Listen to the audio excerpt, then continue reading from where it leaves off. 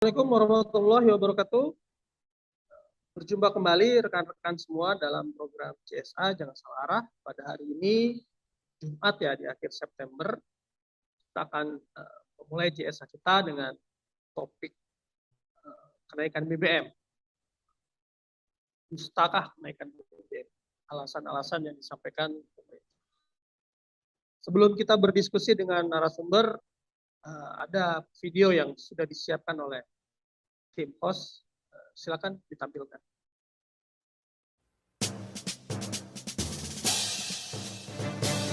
Antrian BBM subsidi mengular di mana-mana. Saat terjadi gangguan internet, SPBU tidak bisa melayani pelanggan. Semuanya jadi ribet. Keluhan pun muncul dari setiap penjuru wilayah akibat kenaikan harga-harga. Suara-suara rakyat sepertinya sudah tidak ada harganya untuk didengar oleh pemangku kebijakan. Belum lagi kenaikan kurs rupiah membuat semuanya semakin naik. Tapi upah buruh belum juga naik, sementara pengeluaran untuk bensin atau transportasi membengkak yang membuat kemampuan daya belinya semakin lemah. Masyarakat bisa kurang gizi dan angka stunting akan meningkat. Dikutip dari Direktur Eksekutif Poligov Muhammad Tri Andika membeberkan hasil survei terbaru yang dilakukan. Menurutnya 80% publik tidak setuju dengan kenaikan harga BBM. Merinci data penyaluran BLT BBM subsidi gaji dengan rincian sebagai berikut. BLT BBM sudah disalurkan kepada 18.776.287 keluarga penerima, manfaat sebesar 5,63 triliun rupiah. Berdasarkan data realisasi hingga 13 September 2022, bantuan subsidi upah sudah disalurkan kepada 4.361.792 pekerja sebesar 2,62 triliun rupiah. Berdasarkan data realisasi hingga 12 September 2022, dari data tersebut dapat disimpulkan bahwa hanya sebagian kecil masyarakat yang bisa menikmati BLT BBM dan BSU, dan itu pun tidak begitu berpengaruh terhadap kehidupan ekonomi mereka. Sementara yang terkena imbas dari kenaikan BBM ini adalah seluruh masyarakat. Media memberitakan bahwa Bank Indonesia memperkirakan dampak kenaikan harga bahan bakar minyak masih akan dirasakan hingga 3 bulan ke depan. Inflasi nasional diperkirakan akan melesat hingga di atas 6%. Dengan proyeksi tersebut, publik harus bersiap dengan terpaan ekonomi yang lebih kencang di bulan-bulan mendatang.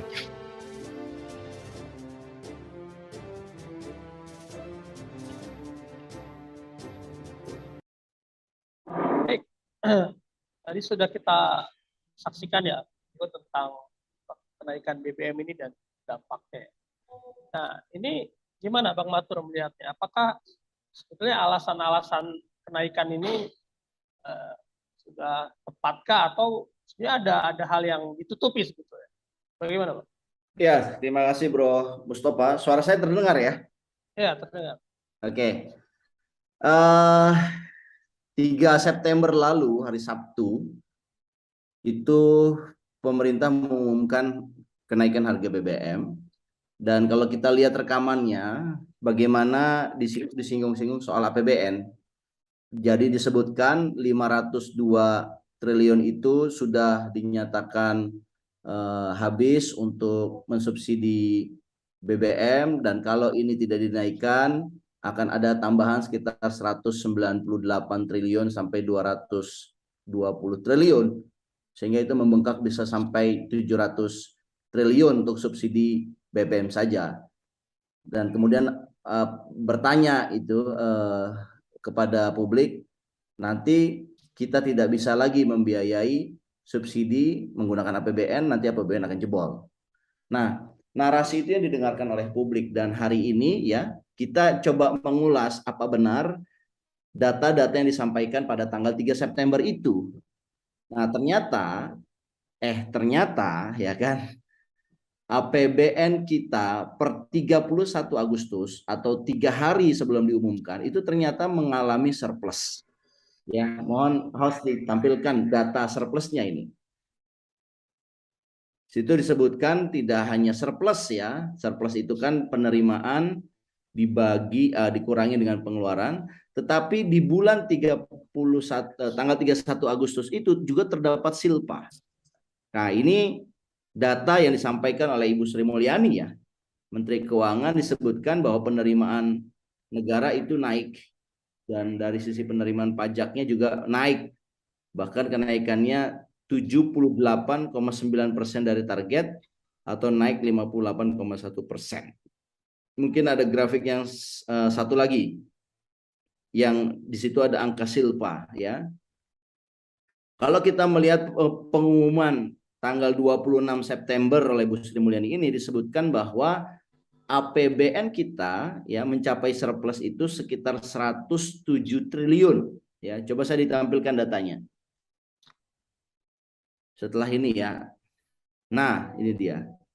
Dan di sini diketahui juga ya, ini per Agustus ini ada silpa sekitar 394 triliun. Artinya kalau kemudian pemerintah nyatakan APBN akan jebol ya, ternyata kita punya silpa 394, dan kalau seandainya kita penuhi subsidi publik ya, kita tambahkan volume BBM subsidi ya untuk Pertalite dan solar yang katanya 198, ini kalau 394 dikurangi 198 ternyata kita masih surplus juga. Jadi saya ingin katakan di sini, Bro Mustafa, narasi yang disampaikan oleh pihak policy makers naikkan BBM itu karena APBN akan jebol, ini adalah dusta semata. Dan yang menjawab dusta ini adalah Menteri Keuangan sendiri yang mengatakan bahwa kita punya surplus dan juga silpa sebesar 394 triliun. Lantas pertanyaannya adalah, kenapa kok pemerintah berbohong? Jawabannya adalah karena tidak ada alasan yang lengkap. Tidak ada alasan yang paling lengkap yang bisa diceritakan untuk menaikkan BBM kalau tidak menggunakan alasan APBN. Kenapa? Karena harga minyak saat itu 3 September itu sedang turun. Ya. Dan alasan apa lagi gitu? Harga minyak turun ya. Kalau kita mengetahui ini ternyata surplus, dan ternyata APBN ini surplus 8 bulan berturut-turut, Bro. Dari bulan Januari itu sudah mengalami surplus gitu. Nah, disinilah kemudian kita bertanya-tanya, jadi kenaikan BBM ini sebenarnya alasannya untuk apa? Kalau alasan APBN jebol itu ternyata dusta, maka kita bisa sampaikan setidaknya ada 2 alasan. Yang pertama, kenapa pemerintah tetap ingin menaikkan subsidi BBM Pertalite dan solar? Karena pemerintah ingin menggunakan surplus APBN itu untuk kepentingan infrastruktur. Dalam hal ini adalah IKN, kereta api cepat, ataupun infrastruktur yang dikelola oleh BUMN Karya. Nah, ini kan makin terang benderang ya, bahwa ternyata dalam prioritas belanja pemerintah, pemerintah tidak mau memberikan atau melayani masyarakat dengan menambah subsidi BBM. Tetapi pemerintah hanya mau ya membiayai proyek-proyek yang kaitannya dengan segelintir orang saja, dalam hal ini adalah infrastruktur. Jadi ada salah prioritas di sini, Bro, menurut saya. Yang pada akhirnya ternyata kenaikan harga BBM 3 September itu sudah kemudian diikuti dengan inflasi yang luar biasa. Sebutlah inflasi transportasi, ada naik jalan tol, ada naik tarif listrik, ada naik angkutan antar provinsi. Ini semuanya naik. Ya. Dan saya kira inflasi ini makin memberatkan masyarakat hanya karena prioritas pemerintah tadi yang sebetulnya punya duit yang seharusnya bisa diarahkan untuk mensubsidi, memberikan tambahan subsidi, malah tidak dilakukan, malah dinaikkan, dan kemudian dananya ini surplusnya juga, dan juga dari kenaikan ini kan juga ada saving ya, dan APBN ini diarahkan untuk proyek-proyek infrastruktur. Kalau begitu ceritanya, maka saya kira prioritas belanja pemerintah ini sangat salah. Demikian, Bro. Baik, Bang. Berarti kan kalau melihat tadi 2 alasan ya yang disampaikan, berarti apa ya? Pemerintah ini di satu sisi lebih baik mengorbankan masyarakat ya, dalam artian menaikkan harga BBM yang membuat harga-harga naik dibanding tadi misalnya ya kebutuhan infrastruktur yang KN misalnya atau apa coba dipenuhi gitu, tapi dengan cara tadi memberatkan, membebanilah seluruh masyarakat. Mungkin seperti itu, Bang, ya gambarannya. Iya, itulah yang saya nggak habis pikir ya, Bro Mustafa. Jadi gini loh, Bro Mus. Kalau seandainya pemerintah mau memprioritaskan infrastruktur, maka harusnya ya kita tidak punya masalah mengenai daya beli. Masyarakat ini harusnya apa istilahnya, diberikan dulu lapangan pekerjaan yang baik ya, dinaikkan dulu taraf kehidupannya, baru kemudian kita bisa bicara infrastruktur. Apa jadinya kalau kita prioritas infrastruktur, membangun proyek-proyek mercusuar, tapi ternyata masyarakat kita tidak bisa makan karena mereka tidak punya penghasilan atau tidak mencukupi penghasilannya, sementara harga-harga bahan makanan itu naik semua. Kalau ini ceritanya berarti kita bisa ambil kesimpulan bahwa kelompok masyarakat ini lobbynya di mata pemerintah itu lemah sekali. Nah, pertanyaannya siapa sih yang sebetulnya yang punya kepentingan untuk rakyat istilahnya punya diperjuangkan gitu loh, kepentingan rakyat gitu loh di mata pemerintah, itu siapa? Yang pertama harusnya presiden sendiri. Kenapa? Karena presiden dipilih oleh rakyat kan. Jadi karena rakyat yang memilih, maka dia harusnya memprioritaskan kepentingan rakyat. Tapi kalau presiden khilaf, mungkin presiden lupa ya, mungkin karena yang menyumbang buat kampanyenya itu bukan rakyat ya, tapi segelintir orang. Mungkin lupa. Nah, dalam mekanisme demokrasi kita itu kan ada DPR. DPR kan dipilih langsung juga oleh rakyat.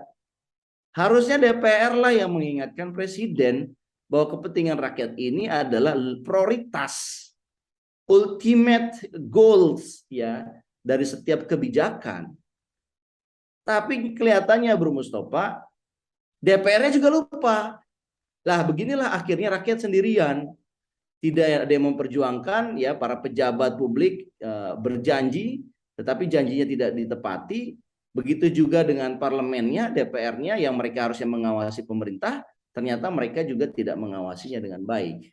Sehingga akhirnya tidak ada lagi yang memperjuangkan rakyat kecil kalau menurut saya, Bro Mustafa. Oke, Bang Matur. Saya pikir untuk diskusi kali ini cukup ya untuk pembahasan kita tentang APBN jebol ini, Bang ya. Semoga ya pemerintah masih punya inilah empati ya terhadap penderitaan masyarakat. Tapi ya nyatanya dengan menaikkan BBM sebetulnya itu sudah tidak punya empati untuk kesejahteraan kondisi masyarakat. Oke Bang, terima kasih atas waktunya diskusi kita sore hari ini. Kita Terima kasih kembali Bro Mustafa. Assalamualaikum warahmatullahi wabarakatuh. Waalaikumsalam warahmatullahi wabarakatuh.